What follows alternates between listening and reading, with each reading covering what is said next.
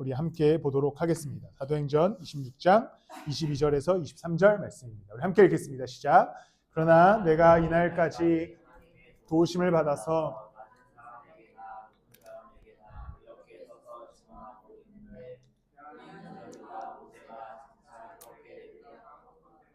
말한 것이 없습니다. 그것은 곧 그리스도는 고난을 당하셔야 한다는 것과 그는 죽은 사람들 가운데서 가장 먼저 부활하신 분이 되셔서 이스라엘 백성과 이방 사람들에게 빛을 것입니다. 빛을 창호생 계셨으면 혼날 뻔했습니다. 발음이 안 좋아서. 2주 전에 보았던 내용을 기억하십니까? 또 우리는 보통 망각의 은혜를 갖고 있어서 2주 전에 다룬 내용을 아마 기억하지 못하실 텐데, 바울이 예루살렘에 도착했습니다. 이스라엘 사람들이 바울을 죽이려고 어떠한 작전을, 음모를 꾸미게 되지요. 그것을 먼저 눈치챈 바울의 조카가 이제 바울을 건져내게 됩니다. 그래서 바울이 유대의 법정에 서지 않고 자신의 또 다른 시민권, 로마의 법정에 쓰게 됩니다. 그 바울을 지난 2주 전에 나누었던 바울을 재판했던 사람이 누구냐면 바로 벨릭스라고 하는 사람입니다. 여러분, 성경에서 특별히 신약에 보면 예수님의 이야기를 보면 막 헤롯이 나오고 빌라도가 나오고 뭐 안디바가 나오고 막 이런 것처럼 잘 이해를 못하실 수 있어서 한번 설명하고 가면 성경 읽기에 좀 도움이 되겠다 해서 제가 이것을 먼저 좀 설명해 보고자 합니다. 이스라엘이라고 하는 나라는 로마의 지배 아래에 있었던 소위 식민지, 속국이었습니다. 근데 이 로마가 이스라엘을 통치하는 방식이 어떻게 되었냐면 먼저 분봉왕을 세웠습니다. 이 사람들은 어떤 사람들이냐면 지금으로 따지면 우리나라의 국적도 갖고 있지만 사실상 미국인, 우리나라 표현으로서 뭐 검은머리 외국인 같은 사람인 거죠. 유대의 전통도 너무나 잘 알고 있지만 사실은 로마 사람을 세워서 이스라엘을 다스리게 했습니다. 그가 누구냐면 바로 헤롯이라는 사람이에요. 예수님이 오시기 전에 헤롯이라고 하는 한 사람이 이 전체 이스라엘을 다 다스렸었는데 이 사람이 사망하게 되자 권력을 어떻게 양분하냐면 자신의 아들들 4명에게 이스라엘을 4개로 쪼개가지고 하나씩 맡기게 됩니다. 그런 상황 속에서 이제 뭐 헤롯 아킬레오, 헤롯 안디바, 헤롯 빌립, 헤롯 안디바 이렇게 해서 4명의 헤롯을 세워가지고 이제 이스라엘을 통치하게 되죠. 그런데 그 중에 한 사람인 헤롯 빌립이 굉장히 폭정을 행해요. 그래서 로마 자체에서 이 헤롯을 폐위시키게 됩니다. 그래서 이 자리를 누구를 보내게 되냐면 그 유명한 본디오 빌라도가 이곳에 파견을 오게 되는 것이죠. 그래서 분봉왕이 이스라엘을 다스리고 있었는데 이들은 기본적으로 유대인들을 다스리는 왕들이었습니다. 그런데 이 전체적인 유대인들을 다스리는 헤롯들을 또 그보다 위에 있는 혹은 그들을 또 한 번 다스릴 수 있는 총독을 로마에서 파견하게 됩니다. 예수님 이후에 사도시대에 총독이 파견되게 되는데 그 첫 번째 총독이 누구였냐면 우리가 2주 전에 나눴던 벨릭스입니다. 이해가 좀 어려우시죠? 어쨌든 뭐 이렇게 헤롯이라는 애들이 있었고 또 로마에서, 그러니까 우리나라에서 국내 대한민국 출신의 미국인이 분봉왕을 하고 있었다면 미국에서 그것을 좀 못마땅히 여긴 건 아니지만 미국 사람도 한 명 보내서 완전히 같이 다스리게 되는, 그래서 그 첫 번째가 누구냐면 바로 벨릭스인 것이죠. 근데 이 벨릭스가 폭정을 행해요. 굉장히 폭정을 행합니다. 그래서 로마에서 이 벨릭스를 폐위시켜요. 로마는 생각보다 합리적인 정부였던 것이 이 반란이 일어나거나 쿠데타가 일어나는 것에 대해서 굉장히 못 참아했거든요. 왜냐하면 너무나 거대한 영토를 다스렸기 때문에 한번 쿠데타가 일어나면 그거를 처리하기가 어려워서 시민들의 이야기에 귀를 기울입니다. 그래서 벨릭스를 폐위하고 오늘 본문에 등장하는 베스도라고 하는 사람이 벨릭스 이후에 파견되게 됩니다. 그런데 지금 바울은 어떤 상황이었냐면 이 벨릭스 시대에 갇혔다가 그 상황 가운데 베스도가 오게 돼요. 그런데 베스도가 바울이 누군지 모르죠. 왜냐면 지금처럼 인터넷이 있는 것도 아니니까 얘 뭐지? 얘 누구지? 그러니까 어쩔 수 없이 이 베스도가 누구를 부르냐면 아그리빠를 부릅니다. 이 아그리빠 누구냐면 아까 그 헤롯 중에 한 명, 헤롯 아그리빠 2세를 부르게 됩니다. 왜냐하면 이 아그리빠는 아까 얘기했듯이 비록 로마 사람이었지만 유대의 전통과 유대의 문화를 너무나 잘 알고 있었던 사람이기 때문에 아그리빠를 불러서 이제 바울에 대한 재판을 진행하게 하는 내용이 25장의 내용입니다. 아그리빠가 누구랑 같이 오냐면 성경에 보면 버니게라고 하는 여인과 오는데 성경에는 사실 아그리빠의 누나, 누이라고 써 있습니다. 그런데 역사적으로 누이면서 부인인 사람이죠. 그러니까 이제 근친의 상황이었던 것이죠. 어쨌든 이렇게 해서 이 내용이 오늘 성경의 내용이 어떤 내용이냐면 벨릭스는 폐위됐고 베스도가 왔는데 바울에 대한 재판을 스스로 하기가 어려우니까 아그리빠 2세와 버니게를 불렀다. 이제 이해가 되시죠? 이런 상황 속에서 이제 26장이 시작됩니다. 26장의 내용이 무엇이냐면 이제 아그리빠와 바울의 대화가 일어나는 장면입니다. 먼저 25장 23절에 보면 먼저 이렇게 기록됩니다. 이튿날 아그리빠와 버니게가 위엄을 갖추고 나와서 고급 장교들과 그 도시의 요인들과 함께 신문 장소로 들어갔다. 그리고 베스도의 명령으로 바울을 끌어냈다. 이제 아그리빠와 버니게, 이 두 남매이자 부부인 이상한 사람들이 바울을 심판하기 위해서 신문대에 서게 됩니다. 그리고 바울을 끄집어내는 것이죠. 그러면서 이제 26장에는 우리가 오늘 함께 보고 싶은 26장에는 이 아그리빠 앞에서 자신을 변호하는 바울의 이야기가 기록되어지게 됩니다. 2절부터 바울은 뻔한 이야기, 자기가 늘 하던 이야기, 자기가 회심했고 언제 어떻게 회심했고 어떻게 그리스도의 사도가 되었는가를 설명하고 그 다음에 예수 그리스도에 관한 이야기를 하게 됩니다. 그러자 이 이야기를 같이 듣고 있었던 베스도가 어떻게 이야기하냐면 바울이 이렇게 변호하니 베스도가 큰 소리로 바울아 네가 미쳤구나. 너의 많은 학문이 너를 미치게 하였구나 하고 말하였다. 베스도가 바울을 향하여서 미친 사람이다 라고 몰아가게 됩니다. 근데 바울이 담대한 사람이에요. 이제 재판관에서 왕의 신분을 가진 사람이 야 너 미쳤냐? 라고 얘기하니까 바울이 어떻게 얘기하냐면 아니요 전 맑은 정신을 갖고 있습니다 라고 대답해요. 얄미운 답을 하는 거죠. 저는 맑은 정신을 갖고 있습니다 라고 얘기합니다. 그러면서 아그리빠 왕은 또 바울에게 뭐라고 얘기하냐면 28절에 보면 그러자 아그리빠 왕이 바울에게 말하였다. 그대가 짧은 말로 나를 설복해서 그리스도인이 되게 하려고 하는가?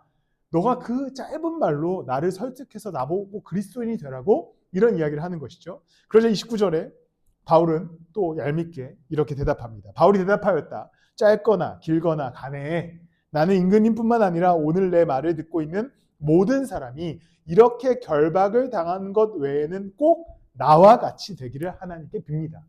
내가 말을 짧게 하든 길게 하든 그게 중요한 게 아니라 나의 목적과 목표는 당신들이 나와 같이 되기를, 즉 그리스도인이 되기를 바란다라고 이야기하는 것이죠. 바울의 이야기를 우리가 몇 주간 사도행전을 통해서 보고 있습니다. 그는 수없는 고난과 고생을 하면서 오늘 이 재판장에까지 서게 됩니다. 재판장에 서기까지도 많은 일을 겪게 되지요. 그가 예루살렘 사람들의, 이스라엘 사람들에 의해서 죽음을 당할 뻔도 하고 벨릭스 앞에 서기도 하고 베스도 앞에 서기도 하고 아그리빠 앞에 서기도 하는 수많은 신문의 과정과 재판의 과정을 거쳐서 그가 오늘 이 아그리빠 앞에 서게 됩니다. 그의 상황은 계속해서 변해왔었죠. 어쩔 때는 자유인으로서 복음을 전했고 어쩔 때는 감옥에 갇혀서 복음을 전했고 어쩔 때는 벨릭스 앞에서 복음을 전했고 어쩔 때는 아그리빠 앞에서 복음을 전하고 있습니다. 무슨 말인지 이해가 되십니까? 바울의 상황은 계속해서 바뀌었습니다. 단 한순간도 바울이 변하지 않았습니다. 상황은 변했으나 바울이 갖고 있었던 메시지, 그의 텍스트, 그가 전하고자 하는 이야기, 그의 태도, 그의 가치관, 그것은 전혀 변하지 않는 것을 우리는 성경을 통해서 알 수 있습니다. 오늘 설교의 제목이 내 삶이 책이라면입니다.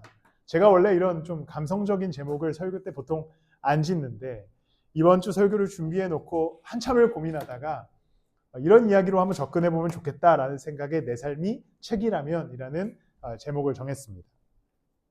무슨 뜻이냐면 여러분들의 삶이 책이라고 생각해 봅시다. 여러분들의 삶이 어떠한 하나의 문장이라고 생각해 봅시다.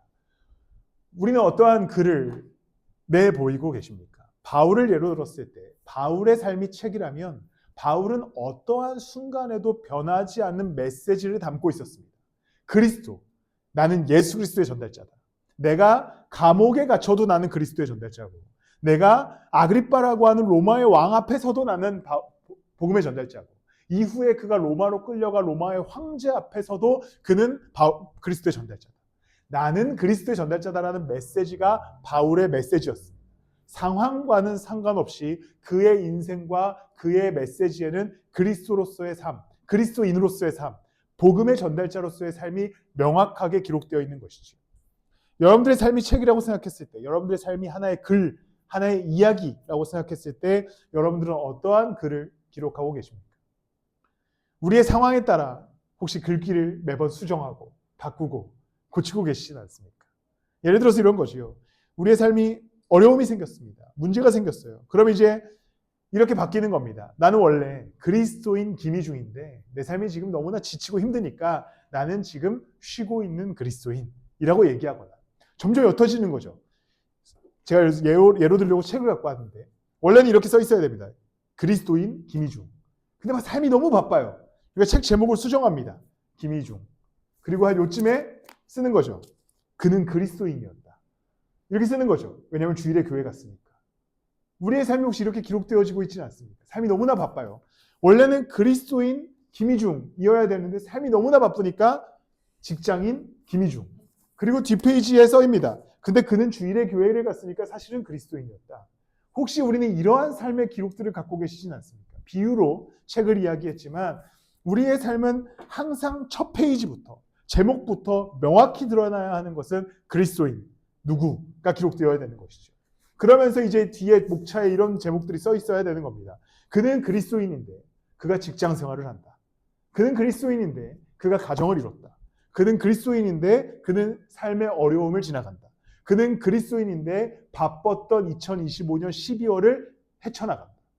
그가 그리스도인이라는 사실, 우리의 책의 제목, 그리스도인, 예수를 따르는 사람, 예수 그리스도로부터 부르심을 입은 자라는 이 명확한 문장은 어떠한 삶의 변화, 어떠한 삶의 문제, 어떠한 삶의 양태에 따라서 변하지 않아야 할 명확한 진리라는 사실입니다. 바울은 어떠한 순간을 지나가더라도 그리스도의 사도, 바울이라는 사실을 잊지 않았습니다. 어떠한 신문 앞에서, 어떠한 재판 앞에서, 어떠한 평가 앞에서 바울은 양보하지 않습니다. 그가 만약에 벨릭스 앞에서 내가 사도기는 한데 사실 로마인이거든요. 그러니까 그냥 여기서 끝을 낼까요? 라고 하지 않습니다. 그래서 26장 마지막에 보면 이 아그리빠와 베스도가 서로 대화하는데 어떤 대화를 하냐면 야 쟤는 왜 굳이 황제한테 상소해서 로마까지 끌려가냐. 그냥 잘 타협했으면 풀려났을 텐데 왜 저 정도까지 하냐라고 둘이 대화하는 장면이 나옵니다. 바울은 타협할 수 없었습니다. 그의 책에 명확한 제목이 있었거든요. 나는 그리스도인이다. 나는 사도다. 나는 복음의 전달자다. 그런데 이것은 우리가 어떠한 상황에 있고 어떠한 순간을 지나가더라도 나를 설명할 수 있는 메시지가 이렇게 돼야 됩니다. 나는 그리스도인이다. 오늘 삶이 바빠. 바쁜데 나는 그리스도인이야. 내가 삶이 지금 너무나 힘들어. 힘들어. 근데 나는 그래도 그리스도인이야. 나는 지금 너무나 지치고 피곤하고 문제가 많아. 그래, 나 문제가 많아. 그런데 나는 그리스도인이야. 그래서 나는 문제 속에서도 그리스도를 따라가.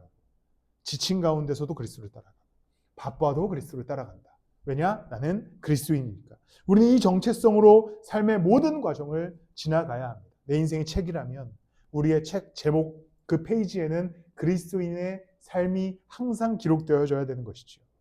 여러분의 삶의 상황에 따라 이 메시지를 변화시키지 마십시오. 쉽게 수정하지 마십시오.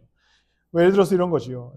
요즘 쉬는 그리스도인, 요즘 덜 믿는 그리스도인, 요즘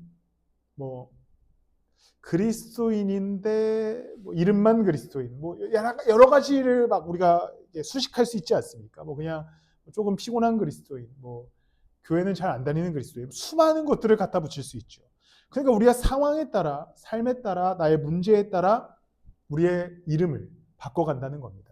여러분들의 책, 인생의 책에는 명확히 지워지지 않은 하나의 문장이 기록되어지기를 축복합니다. 예수 그리스도의 십자가로부터 구원받은 그리스도인.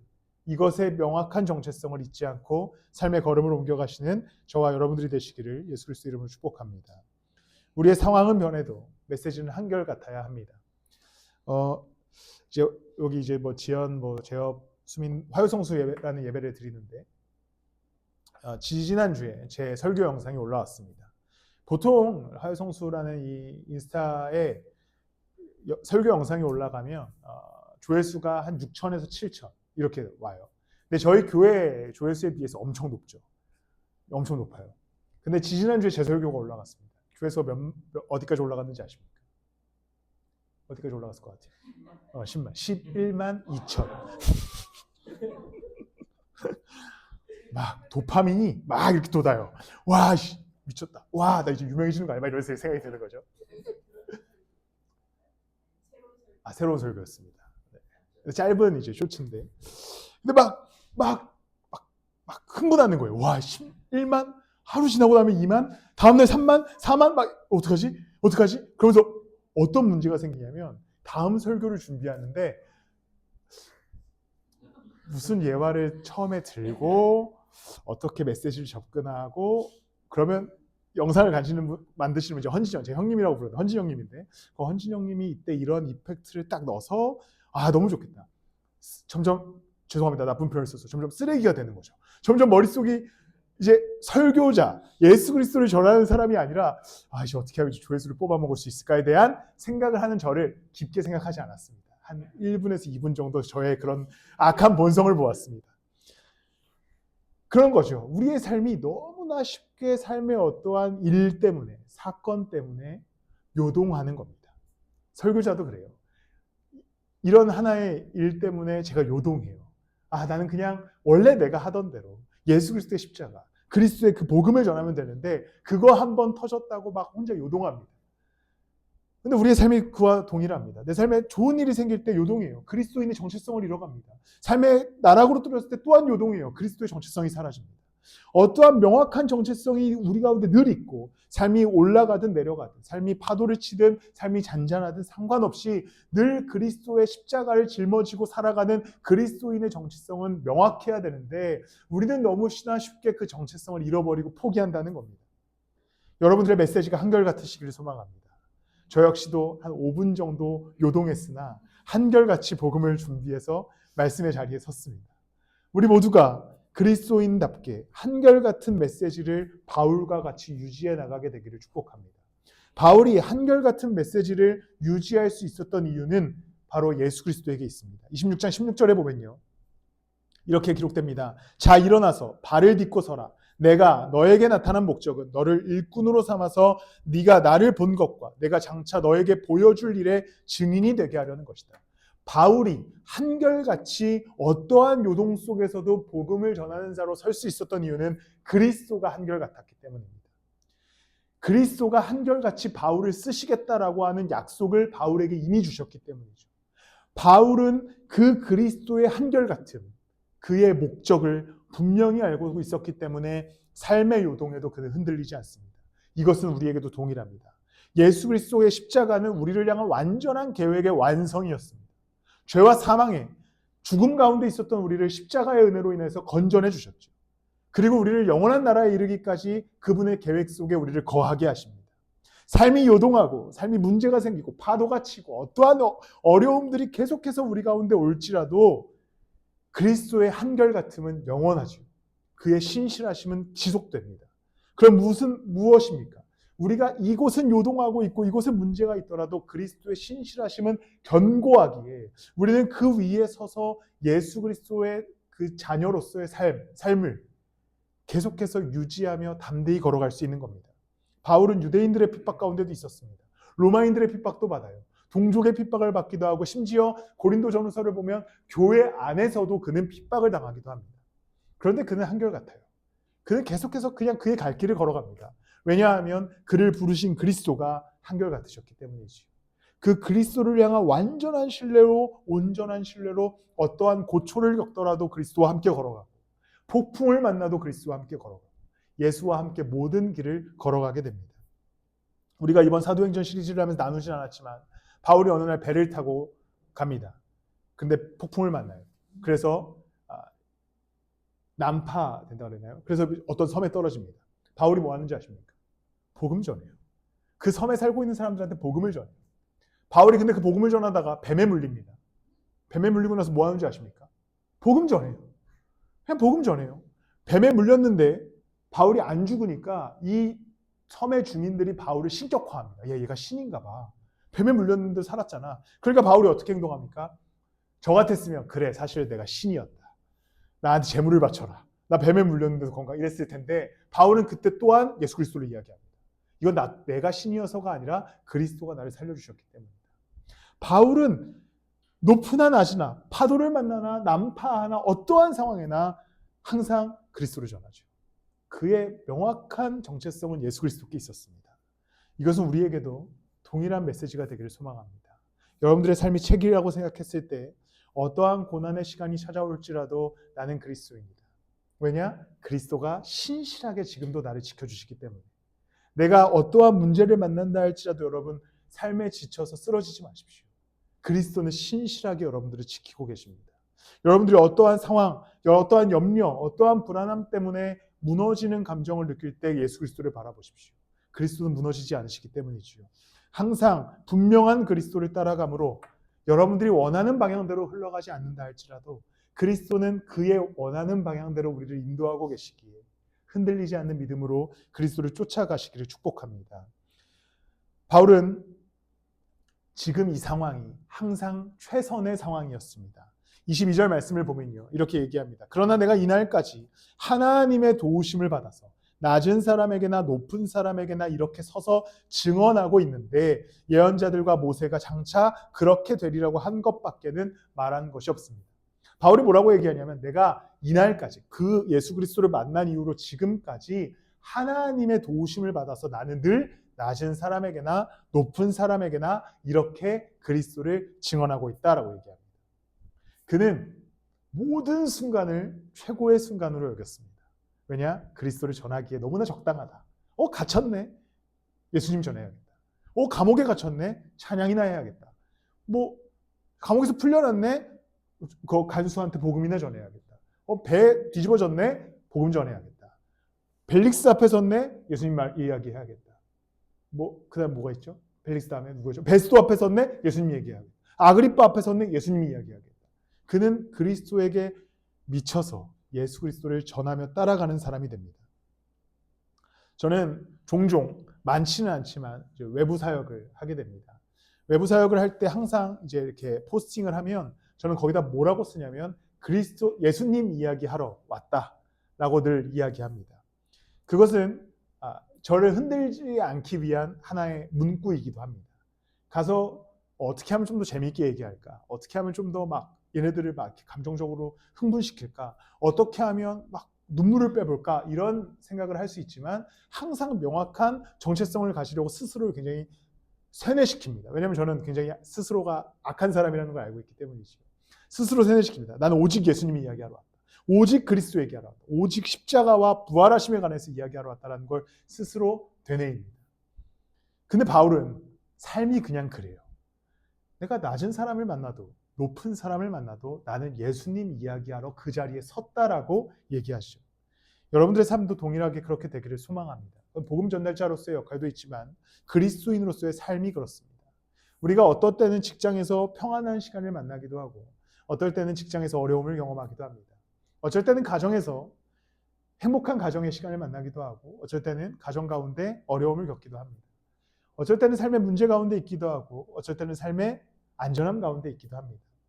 모든 순간이 예수 그리스도를 따르기에 가장 완벽한 순간임을 기억하십시오. 힘이 들 때는 여러분들을 위로하시고 힘주시는 그리스도를 붙드시기를 축복합니다. 삶이 평안할 때는 여러분들에게 그 삶을 허락하신 예수 그리스도께 감사하며 삶의 걸음을 옮겨가시길 소망합니다. 여러분들의 삶을 이제 이야기로 만들다, 책으로 만든다고 이야기할 때에 어떤 방향으로 기록되고 싶으십니까? 책의 첫 문장을 쓰신다면 어떠한 문장을 쓰고 싶으십니까? 보통 우리는 멋들어진 문장들을 생각하겠지만 우리는 이 부분이 항상 우선되기를 소망합니다. 십자가의 은혜로 구원받은 그리스도입니다. 그로부터 출발하시기를 축복합니다. 나는 그리스도인이긴 한데 요즘 믿음이 적어. 나는 그리스도인이긴 한데 예수님 이야기는 다음 페이지에 쓰겠습니다. 내가 그리스도인이기는 한데 예수 따름에 관한 기록은 이 상황이 끝나면 하겠습니다. 다음 챕터에 쓰겠습니다. 혹시 이러한 신앙을 갖고 계시다면 여러분들의 삶을 설명할 수 있는 추천서부터 목차부터 기록되어지기를 원합니다. 나는 그리스도입니다. 나는 예수 그리스도의 십자가로 구원받았다. 그리스도의 메시지가 어떻습니까? 예수 그리스도를 책이라고 생각해 봅시다. 우리가 책이라고 지금 계속 비유했다가 그리스도가 책이라고 생각했을 때 그리스도의 메시지는 어떻습니까? 예수님 어떠한 메시지를 드러내십니까? 내가 너희를 너무나 사랑한다. 나는 그냥 너희를 너무나 사랑해서 이 땅 가운데 왔다. 십자가에 달리기에 왔고 십자가에 나를 완전히 내어놓았다라고 고백하고 계시지 않습니까? 내가 사랑하는 자녀들을 위해 구원하기 위해 십자가를 향해 골고다를 올라갔다라고 기록된 게 그리스도의 메시지입니다. 이제 그 메시지 안에 살아가는 우리들은 동일하게 그 그리스도를 짊어지고 우리의 걸음들을 옮겨갈 수 있어야 됩니다. 예수 그리스도를 따라 걸어가는 여러분들이 되시길 축복합니다. 어떤 순간에도 그리스도인, 복음을 짊어지고 살아가는 인생, 그리스도의 뜻과 계획을 신뢰하는 사람이라고 하는 이 명확한 메시지를 흐리지 마시고 그것을 붙들어 걸어가 보신다면 언제나 신실하시고 언제나 사랑이시고 언제나 우리 가운데 놀라운 계획을 해나가고 계시는 그리스도께서 우리와 끝까지 함께하여 주실 줄을 믿습니다. 우리가 나중에 삶의 자리에서 시편을 보게 되면 나올 텐데 시편 143편이 아닐 수도 있습니다. 보면 다윗이 어떻게 고백하냐면 하나님이 나를 조립하셨다라고 기록합니다. 그 표현이 너무 재밌더라고요. 조립하셨다. 하나님이 그냥 이것저것 해서 조립하셨다. 조립했는데 이렇게 실패하셨네요. 막 이렇게. 근데 아무튼 죄송합니다. 어쨌든 하나님이 우리를 창조하시고 그의 방식대로 우리의 인생을 조립해 가십니다. 빚어 가시는 것이죠. 그렇기 때문에 여러분 그리스도인의 정체성을 잃지 마십시오. 믿음을 잃지 마십시오. 그분 앞에 나아가는 그 기도의 자리를 놓치지 마십시오. 말씀을 읽는 그 말씀을 읽는 시간을 놓치지 마시고 예배의 자리를 포기하지 마십시오. 그가 우리를 완벽하고 완전하게 빚어가시기에 결국 가장 아름다운 이야기로 여러분들의 인생을 기록하고 표현하고 나타내 주실 줄을 믿습니다. 그리스도가 우리를 끝까지 사랑하시고 죽기까지 사랑하시며 나를 끝까지 지키시기에 이 사랑의 글귀 안에 여러분들의 인생을 기록해 나가시기를 예수 그리스도의 이름으로 축복합니다. 말씀을 마무리합니다. 우리가 책을 들고 어딘가를 향해 간다고 생각해 보면 책을 들고 이제 책을 읽으러 카페에 가는 겁니다. 카페에 가다 보면 버스에 탈 수도 있죠. 버스에서 혼란한 흔들림과 시끄러움을 경험할 수도 있습니다. 그러다가 공원을 걸어가는데 추위를 만나고 또 막 이상한 사람들을 만날 수도 있습니다. 그런데 우리 손에 들려있는 책의 내용은 변하지 않죠. 그냥 정확히 기록되어 있습니다.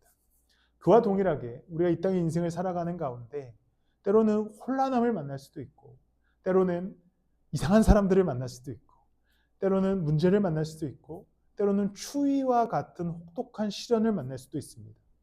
그런데 우리 안에 계신 예수 그리스도는 변하지 않습니다. 우리를 구원하신 예수 그리스도의 십자가의 은혜는 절대 흔들리지 않습니다. 그 버스 가운데서도 우리를 온전히 지켜주시고 그 추위 가운데서도 우리를 보호하고 계시고 우리의 흔들리는 인생 속에서도 우리를 붙드시기 위해 성령으로 함께 하시는 분이 그리스도이시기에 그 영원히 한결같으신 예수 그리스도를 의지하여서 여러분들의 삶의 걸음을 옮겨가시기를 축복합니다. 여러분들께서 흔들리지 않고 그리스도인으로서 명확한 메시지를 드러내며 삶의 걸음을 옮기실 때에 결국 여러분들의 인생 가운데 신실하게 함께 하시는 그리스도께서 여러분들을 끝까지 지키시고 끝까지 안전하게 당신의 나라로 당신의 계획대로 인도하여 주실 줄을 믿습니다. 우리 지금 함께 찬양하실 텐데요. 우리 아까 함께 했던 찬양입니다.